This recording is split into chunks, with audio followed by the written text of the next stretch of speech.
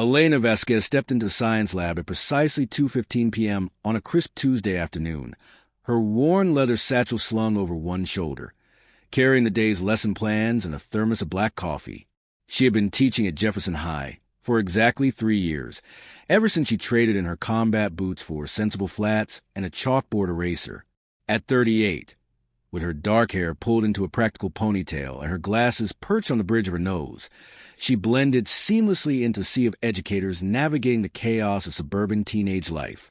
Her students saw her as strict but fair, the kind of teacher who demanded precision in lab reports and wouldn't hesitate to dock points for sloppy measurements. But beneath that veneer lay a past she kept locked away, shared only in vague anecdotes over wine with her sister on rare weekends off. Jake Harlan slouched at the back lab station, his broad shoulders hunched over a half-assembled Bunsen burner setup that looked more like a demolition project than an experiment. At 6 feet 2 inches and built like a linebacker from his days on the varsity football team, Jake dominated any room he entered. His grades had been sliding since sophomore year, a toxic mix of entitlement from his father's construction empire and the unchecked bravado that came with being the school's unofficial kingpin. Teachers whispered about him in the lounge, how he'd intimidated a freshman into doing his homework last semester, or how he'd trashed the gym equipment after a losing game.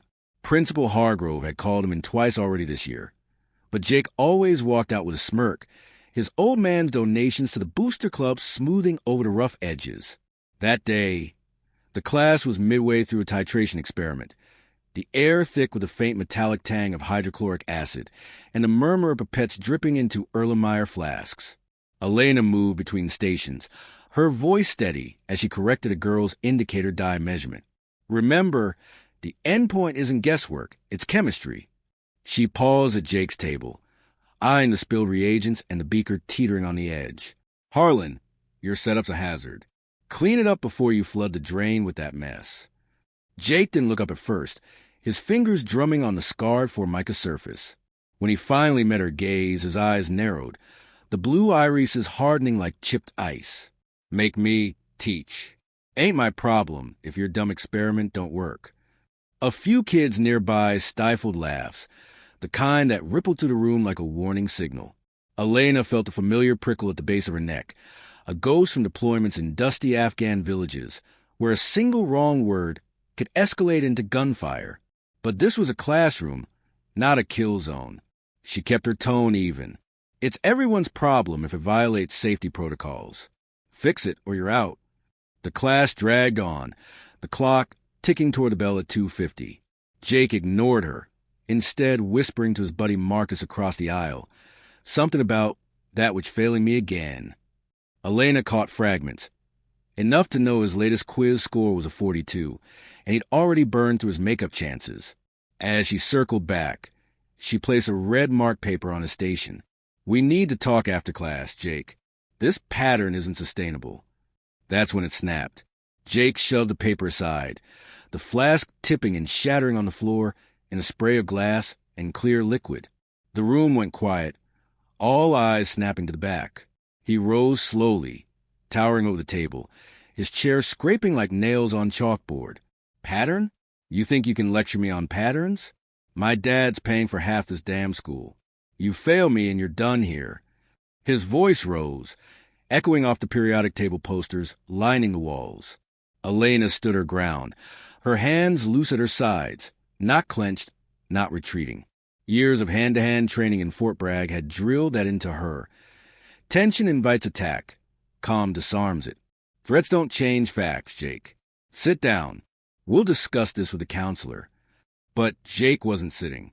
He lunged forward, his meaty hand shooting out to grab her wrist, yanking her closer across the lab table. The class gasped collectively, a girl in the front row dropping her pipette. You don't get it, do you? I own this place. His free hand swung up, fingers wrapping around her throat just below the jawline, squeezing with the brute force of someone used to bullying his way through obstacles. Pressure built instantly, her windpipe compressing under his thumb, spots dancing at the edges of her vision. In that heartbeat, time fractured. Elena's mind flashed to a moonless night in Mosul, 2014, when a militia fighter had pinned her against a crumbling wall, his knife at her ribs. She countered then with a palm strike to the nose, followed by an elbow to the temple, neutralizing without killing, per ROE. But this wasn't Iraq. This was Indiana, and the rules were different. Yet her body remembered. Instinct overrode everything. Her left hand snapped up in a blur. Fingers splaying a hook under Jake's pinky and ring finger on his gripping hand. With a sharp twist, application of the small joint manipulation technique from her Krav Maga certification, she hyperextended them outward, the crack of ligaments audible over the stunned silence. Jake yelped, his hold loosening just enough for her right forearm to drive upward into the crook of his elbow, hyperextending that joint too. He staggered back, releasing her throat as pain shot through his arm like fire. The class erupted, screams, chairs toppling as kids bolted for the door. Elena didn't pursue. She pivoted, her voice cutting through the panic like a sergeant's bark. Everyone out. Now. Single file to the hallway. They complied, a stampede of backpacks and whispers, leaving shards of glass crunching under fleeing sneakers. Jake clutched his hand, his face paling from red fury to white shock, 2 fingers already swelling purple. You broke my hand. I'll sue you. My dad. Elena straightened her collar, her breath steady despite the bruise blooming on her neck. She pulled her phone from her satchel, dialing campus security with one thumb while keeping her eyes on him. Stay right there, Jake. You're not going anywhere. Security arrived in under 2 minutes. Officer Ramirez, a burly ex-cop, a mustache like a broom bristle, bursting through the door with radio crackling. What the hell happened here? Ramirez demanded, his gaze flicking from the mess on the floor to Jake's contorted arm. Elena kept it factual, her report crisp as a debrief. Assault during class. He grabbed my throat after I confronted him about his work. I defended myself, joint locks only. No strikes. She nodded toward the security camera mounted in the corner, its red light steady. Footage will show it. Jake lunged to the door, but Ramirez blocked him effortlessly, cuffing his good wrist to a lab stool leg. Easy, kid. You're not running from this. An ambulance was called for Jake's hand. X-rays later confirmed dislocations in 2 fingers, no breaks, but enough to sideline his football season and spark a full investigation. By 4 p.m., the principal's office was a war zone of phone calls. Hargrove, a wiry man in his 50s with perpetual tie not too tight, paced behind his desk. Elena sat across from him, an ice pack pressed to her throat, while Jake's father, Harlan Sr., stormed in like a bull, his construction boots leaving mud tracks on the carpet. This is bullshit. My boy's a star athlete. State finals next month. That bitch attacked him. Hargrove raised his hands. Mr. Harlan, calm down. We have the video. It shows Jake initiating physical contact. Ms. Vasquez responded proportionately. Elena met Harlan Sr.'s glare without flinching. Your son crossed a line. Assault on a teacher is felony territory in this state. The older man jabbed a finger at her. We'll see about that. I've got lawyers who eat teachers for breakfast. He stormed out, slamming the door hard enough to rattle the diplomas on the wall. That evening, as Elena drove home to her modest ranch-style house on Elm Street, the adrenaline ebbed, leaving a hollow ache in her chest. She poured a glass of Merlot and sank into the couch, scrolling through her phone. A text from her sister Maria. Heard about the incident. You okay? Call if you need backup. Elena typed back. Handled it. Old habits. But sleep didn't come easy. Nightmares of sand-swept patrols mixed with the echo of Jake's snarl. The next morning, the story leaked. A student Snapchat video, grainy footage of the grab encounter, went viral on school group chats by 8 a.m. By noon, it hit the local news. Teen assaults teacher in high school lab. Self-defense claim surfaces. Reporters swarmed the parking lot, microphones thrusting like bayonets. Elena dodged them, slipping into her classroom to the back door, but the whispers followed her down the halls. Jake, meanwhile, sat in juvenile detention overnight, his hand in a splint, raging to his public defender about that crazy lady. The charges stuck. Aggravated assault on an educator. A misdemeanor bumped to felony consideration given the chokehold. Bail was set at $5,000, posted by his father, but conditions included no contact with Elena and mandatory counseling. What Jake and his family didn't anticipate was Elena's next move. She didn't file a civil suit. Not yet. Instead, she called an old contact from her Army days, Colonel Reyes, now retired and running a security consultancy in D.C. Elena? Been years.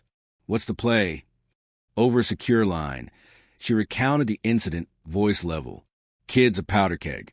Football star, rich dad, history of bullying.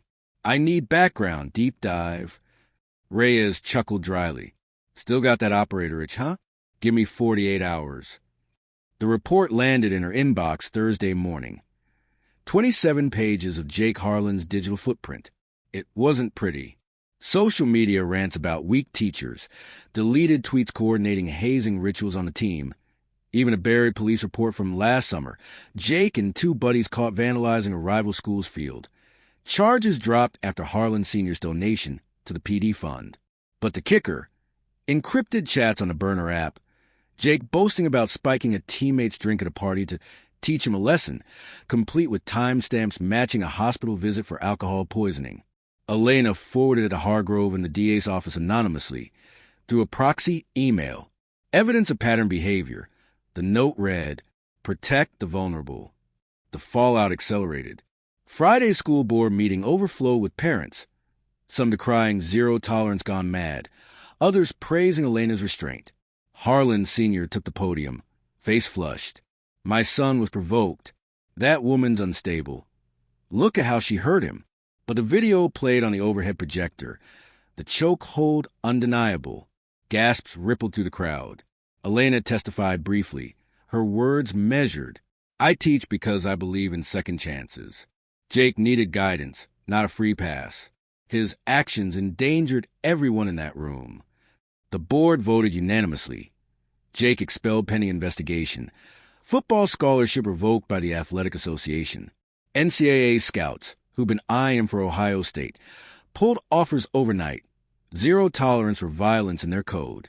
Harlan Sr. lawyered up, filing a countersuit for excessive force and defamation. But Elena's military record, once buried, surfaced in depositions. Her DD 214 form listed commendations for valor in classified ops, expert marksman quals, and a Purple Heart from an IED blast in Kandahar.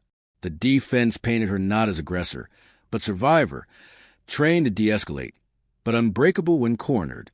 Weeks blurred into a legal grind. Jake's counseling sessions revealed deeper cracks. Untreated anger from his parents' divorce. Pressure to uphold the family legacy.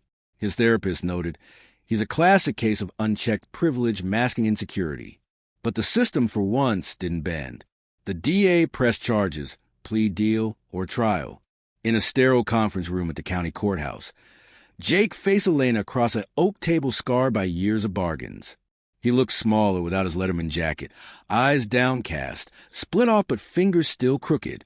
I'm sorry, Ms. Vasquez. I didn't mean... She cut him off gently. Intent doesn't erase impact, Jake. You grabbed my throat because you thought power was yours to wield. It's not. Not anymore. The plea. 6 months probation. 200 hours community service at a youth crisis center, and enrollment in an anger management program run by ex-military vets. Harlan Sr. seethed. But his lawyers advised settlement. Elena's counterclaim for emotional distress could bankrupt them. As the gavel fell, Elena walked out into the spring rain. Her throat scar faded to a faint line. She returned to Jefferson High that Monday, the lab-clean new glassware gleaming. Students approached her in the halls. Tentative at first, then grateful. You kicked ass, Ms. V, one girl whispered. Literally. Word spread beyond the school. A local paper ran a feature. From battlefield to blackboard, the teacher who fought back. Elena downplayed it in the interview. It's not about fighting. It's about standing firm when it counts. Jake, for his part, started over at an alternative school across town. His football dreams shelved. He worked the crisis center shifts, shadowing counselors who shared stories of their own rock bottoms. One evening, wiping down folding chairs after a group session, he overheard a kid describe a bully much like himself. For the first time, Jake really listened, and felt the weight of what he'd almost become.